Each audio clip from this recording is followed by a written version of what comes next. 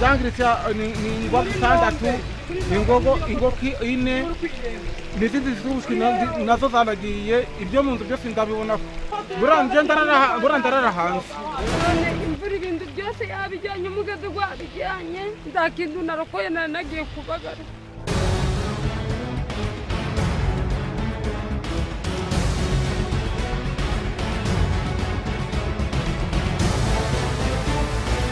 Ujya ubuyobozi buradukunda, badushishikarije kera ngo tuve mu mubande, mbega tukumva ko batwanga.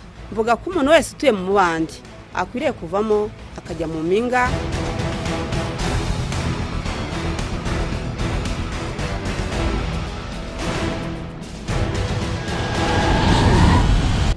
Tubaye ikaze mu kiganiro cya Minisiteri y'Imicungire y'Ibiza n'Impunzi, aho tugiye kurebera hamwe uburyo amazi aturuka mu birunga ndetse no mu misozi agenda agateza imyuzure akangiriza abaturage. Muri kiganiro ariko turanumva ubutumwa n'inama tugirwa, twumva ingamba leta y'u Rwanda yafashe zo gukumira ibiza cyangwa se kugabanya ingaruka byakagombye kugira ku baturage, twumve n'uruhare rw'abaturage. Ikaze mu kiganiro cyacu. Mu bihe by'imvura nyinshi, uturere duturanye n'ibirunga ngo twibasirwa n'imyuzure iterwa n'amazi amanuka aturuka mu birunga ndetse no mu yindi misozi ikikije ibyo birunga, maze akangiza amazu n'ibindi bikorwa remezo by'abaturage. Akarere ka Burera kibasiwe n'amazi yaturutse mu kiyaga kiri ku kirunga, icyo bita cratere mu gifaransa. Umuyobozi w'akarere wungirije ushinzwe imibereho myiza y'abaturage arasobanura uko ayo mazi abageraho n'ingaruka bibateza. Abaturutse mu birunga murabona hari icyo bita cratere, ikiyaga kiba kiri hejuru y'ibirunga. Imvura iguye ari nyinshi rero kiragenda kikareka, noneho cyakuzura amazi akarenguka akamanuka. Ayo mazi rero niyo amanuka akanyura mu byo twita imyuzi, ni ya migezi idahoraho, imigezi iboneka ari uko imvura yaguye. Ayo mazi rero niyo amanuka noneho akarenga. Twagize navuga ibibazo bikomeye, duterwa n'ibiza mu buryo butunguranye, ku buryo hari ibintu byinshi byangiritse. Amazi aturuka mu birunga yangirije hegitari 223, urumva ni nyinshi cyane, z'ibihingwa bitandukanye mu murenge wa Gahunga ndetse no mu murenge wa Rugarama. Hanyuma hari amazu y'abaturage 416, hari imihanda yangiritse ku birometero 6, hari amaduka na butiki by'abaturage ni 70.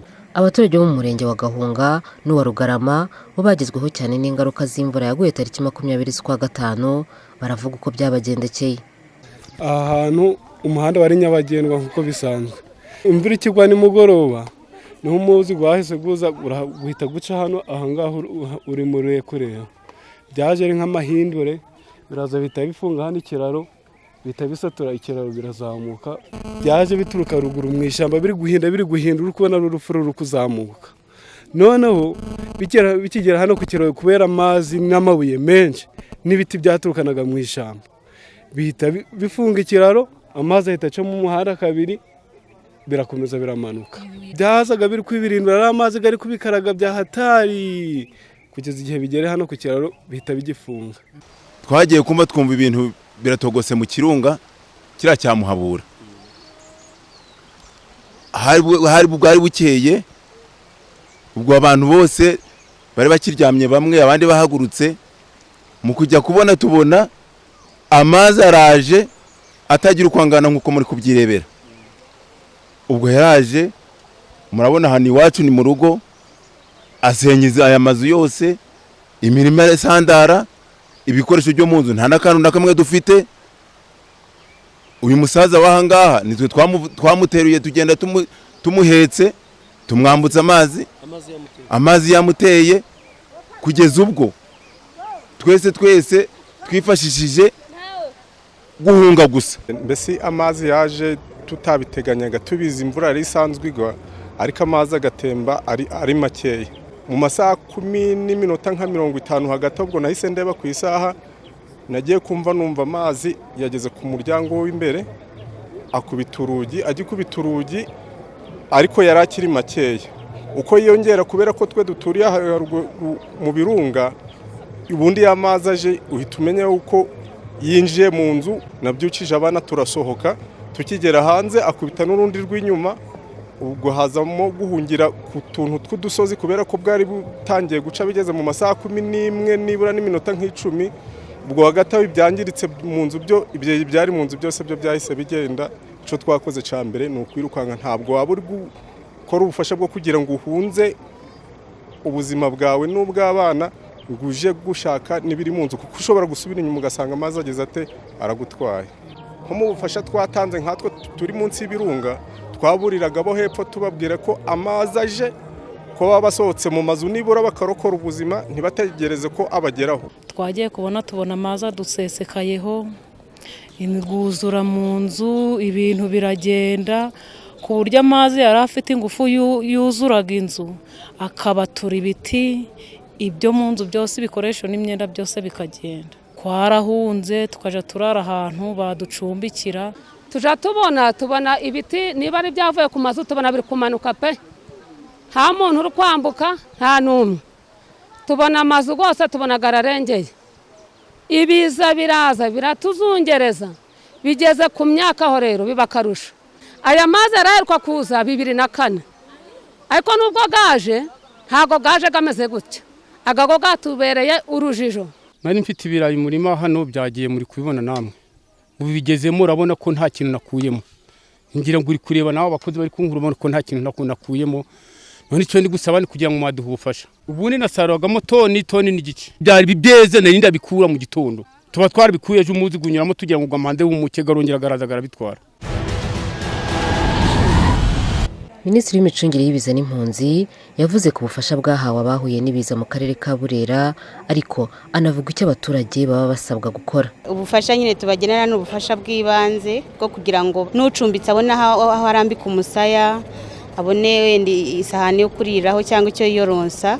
Twabagenera rero ubufasha burimo ibikoresho byo mu gikoni, iby'isuku, byo kwiyoronsa, supanete, bigera kuri miliyoni 23 n'igice. Ni ubufasha buringaniye birumvikana, ntago kuba ari ukubasubiza ibyabo byose, ariko ni ubutabazi bw'ibanze niko tubwita. Niyo tubagezeho kandi byibura bumva ko tubari hafi, tukabahumuriza, tukabihanganisha kandi tunashimira baba babacumbikiye.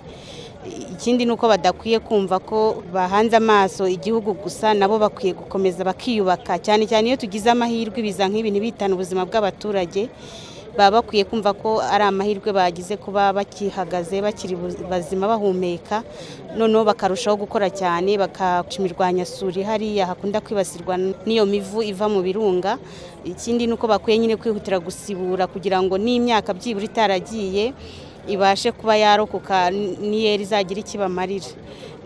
Ikindi kandi twanabashishikariza, twababwiraga ko nubwo ayo mazi ava mu birunga, ariko n'uwubatse nawe bakwiye kuyobora neza amazi ava ku nzu ye, cyangwa hakazamo n'uburyo bwo kuyafata akayashyira mu kigega. Iyi imvura inahise usanga n'ayo mazi baba bafashe mu kigega banayakenera.